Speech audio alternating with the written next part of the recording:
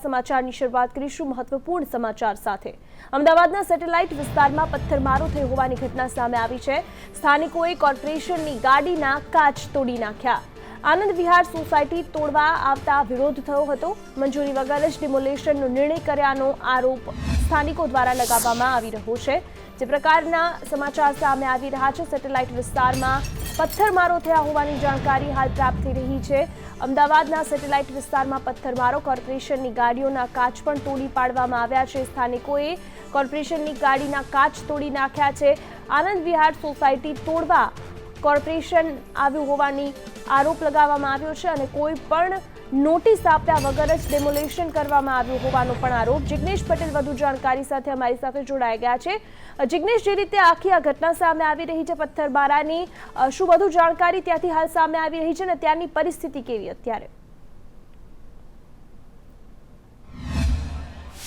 વાત કરવામાં આવે તો અત્યારે મેં આનંદ વિહાર ફ્લેટની બહાર છીએ કે જ્યાં રીડેવલપમેન્ટને લઈને વિરોધ થઈ રહ્યો છે। વિરોધ એ વાતનો છે કે પૂરા સભ્યો ન થતા હોવા છતાં શિવાલિક બિલ્ડર દ્વારા લોકોને દબાણ લાવી અને પોતાના મકાન છે તેમાં ખોટી રીતે સહીઓ કરાવવામાં આવે છે અને તેમના દબાણ જે છે મકાન લખાવ્યા બાદ અહીંયા રીડેવલપમેન્ટ શરૂ કરવામાં આવશે તેવી જાહેરાત કરવામાં આવી હતી। ગત મોડી રાત્રે અચાનક જ અહીંયા જેસીબી સાથે જે શિવાલિક બિલ્ડરના જે માણસો હતા તે પહોંચી ગયા હતા કે રીડેવલપમેન્ટમાં સ્કીમ ખાલી કરવાની છે, તમે અહીંથી હટાવો। અને જ્યારે લોકોને હકીકત ખબર પડી કે પૂરા સભ્યો નથી થતા, એટલે કે માત્ર 60 થી 65 સભ્યોની મંજૂરી હોવા છતાં જે અહીંના 140 જેટલા રહીશો છે તે લોકોને કનડગત કરવામાં આવી હતી અને તે જ કારણે અહીંયા વિરોધ થયો હતો। સોસાયટીના કેટલાક સ્થાનિકો છે, અહીંયા તેમની સાથે જ વાત કરીશું કે આખરે પ્રશ્ન શું છે અને શું ઉકેલ માંગે છે।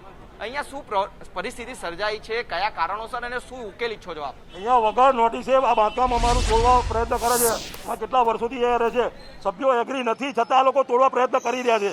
અમારા કોઈ સભ્યો એગ્રી નથી રીડેવલપમેન્ટ જોવા માટે। અમને કોઈ જાણ ટોટલ કેટલા સભ્યો અહીંયા વસવાટ કરે છે, કેટલા લોકોની મંજૂરી છે રીડેવલપમેન્ટમાં ના જવા માટે, કેટલા લોકો અત્યારે મંજૂર નથી, જે લોકો નથી ઈચ્છતા રીડેવલપમેન્ટ થાય?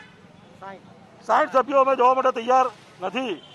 હા, અને ખોટી રીતે અમને આ દમદાટી આપી રહ્યા છે, દબાણ કરવામાં આવી રહ્યા છે। આ બિલ્ડર તરફથી ખોટી દબાણ છે। આ તો અમે કોઈ તૈયાર જ નથી આમાં રીડેવલપમેન્ટ જોવા માટે।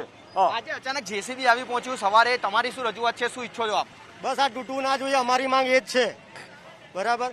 અને આ બિલ્ડર અને બધાની ભ્રષ્ટાચારીઓની મિલીભગત લાગેલ છે અને અમને કોઈ પણ જાણ કર્યા વગર આ જેસીબી ના બધું તોડવા આવેલ છે અને અમે હંમેશા શક્ય બનવા દઈશું નહીં। તમે ભૂતકાળમાં પણ પોલીસ ફરિયાદ નોંધાવી હતી, પોલીસે શું કાર્યવાહી કરી? પોલીસે કયા પ્રકારે પગલા લીધા, કોઈ કાર્યવાહી થઈ? પોલીસે કોઈ પણ જાતની કાર્યવાહી કરેલ નથી। અમે સીપી ઓફિસમાં પણ જાણ કરેલ છે, કોર્પોરેશનમાં પણ જાણ કરેલ છે, હાઉસિંગ બોર્ડમાં પણ જાણ કરેલ છે, પણ કોઈ પણ જાતના અમને કોઈ સહાય મળેલ નથી। અમે વર્ષોથી વસવાટ કરી રહ્યા છે।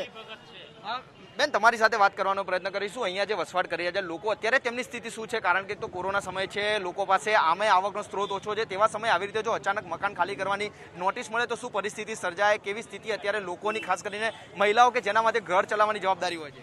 અત્યારે એવી પરિસ્થિતિમાં મહિલાઓની એવી પરિસ્થિતિ આવી કે રોડ ઉપર આવી જાય। કોરોના મહામારીમાં કોઈની પાસે આવક છે જ નહીં, તો રોડ ઉપર આવી જાય તો મહિલાઓ કેમ કરીને ઘર ચલાવે?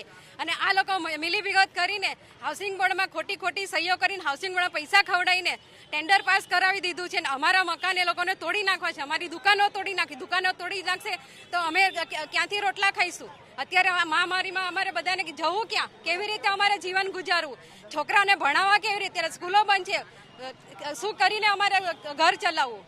સૌથી મોટી પરિસ્થિતિ અત્યારે મહિલાઓની ખાસ કરીને સ્થાનિકોની છે, કારણ કે મંજૂરી ન હોવા છતાં ખોટી રીતે તેમનું જે ટેન્ડર હતું તે પાસ કરી દેવામાં આવ્યું। અત્યારે પોલીસની ટીમ પણ પહોંચી ચૂકી છે। થોડા સમય પહેલા જે પથ્થરમારો કર્યો હતો ખાનગી વાહનમાં તોડફોડ કરવામાં આવી હતી કે જે બિલ્ડર દ્વારા મોકલવામાં આવ્યું હતું અને તેની સાથે તેમનો સ્ટાફ પણ આવ્યો હતો। તેમાં તોડફોડ કર્યા બાદ તેમને અહીંથી સ્થાનિકોએ વિરોધ કરતા તેઓ અહીંથી નીકળી ચૂક્યા છે। પરંતુ હવે અગાઉ પણ જ્યારે પોલીસ ફરિયાદ થઈ હતી ત્યારે પોલીસની કામગીરી પર પણ સીધી રીતે સવાલો ઉઠી રહ્યા છે કે આખરે જે 7મા મહિનામાં ફરિયાદ નોંધાઈ હતી તેની જો યોગ્ય તપાસ થઈ હોત, યોગ્ય કાર્યવાહી કરવામાં આવી હોત તો આજે આ નોબત ન આવી હોત। બીજી તરફ ગુજરાત હાઉસિંગ બોર્ડ કે જેઓએ આ ટેન્ડર પાસ કર્યું છે તેઓએ પણ જે સહીઓ સાચી છે કે ખોટી, કેટલા સભ્યો તૈયાર થયા છે કે નહીં, જો તેની ચકાસણી કરી હોત તો અત્યારે જે આનંદ વિહારના લોકો છે તેઓને રસ્તે ના આવવું પડ્યું હોત અને અત્યારની સ્થિતિનું નિર્માણ જ ન થયું હોત।